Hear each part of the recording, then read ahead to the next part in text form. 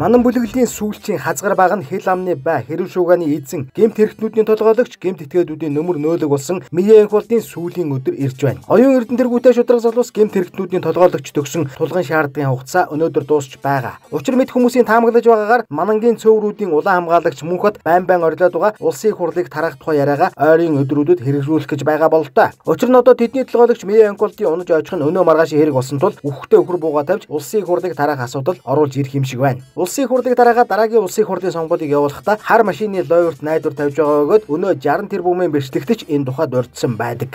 За багийн аяг байж хуулийн хамгаалалт энэ бол хамгийн хэцүү байна. Яг манай хүмүүс яг одоо том юм одоо хүндэт эхэлнэ. Тэр үед бас бидний бас хууль байгууллагын хамгаалалтууд бас хэрэгтэй. Тэгэл сайн залуучууд яг нэг үгээд ахаа мөн гэсэн ч ирэхгүй айгаад байсан.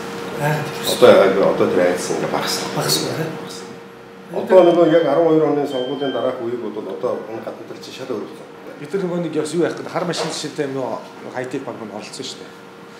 Бас тэр мэдлэг ороход ингээд очиод юм хэлэхлээр. Гэтэл бол ерөнхий сонгуулийн асуудал гардаг чинь тэндээс эхэлдэг ихтэй шүү дээ. Тэгээ ер нь яг зөв багийнх ингээд байна. 15 16 биднес нэлээ хүн эвгүй юм руу орж ирээ. Тэгэхэд энэ дээр хамгаалт байхгүй бол би яах юм бэ гэдэг айгаад байна гэдэг. Түүнээс хамгаалалтаа бол биднес зөрөгтэй юм байна лээ. Асуудлаас айхгүй амар үгүй гэдэг. Тэгэхээр саяны бодлого стратеги хийсэн хэн боолоо ажиллах дэмжээл гэх юм бол бидэнд ялах боломж байна гэж л. Үнэхээр боломж байна.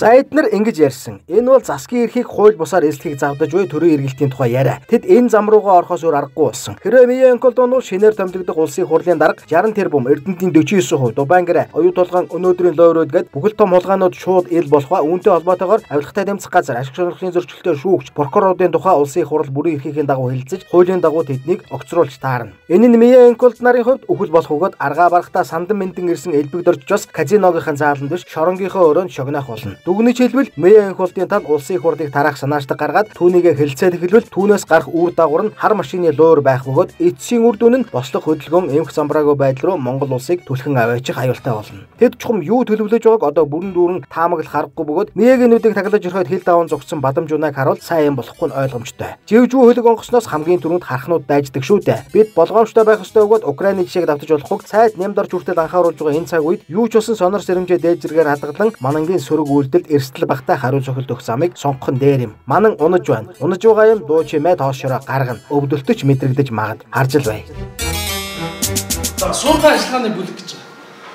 Энэ бол ер нь жоохон эвгүй улсуудыг цуглаа. Нилээ тийм хар талд. Одоо сонгуулийн схем дээр харагдана. Биднээс бол зохион байгуулалтаа мэрэгжлийн салбарын тийм эвгүй улсуудыг цуглуулж байгаа. Энэ сонгууль руу хүчтэй байх гэсэн. Бүх талаар нь байна.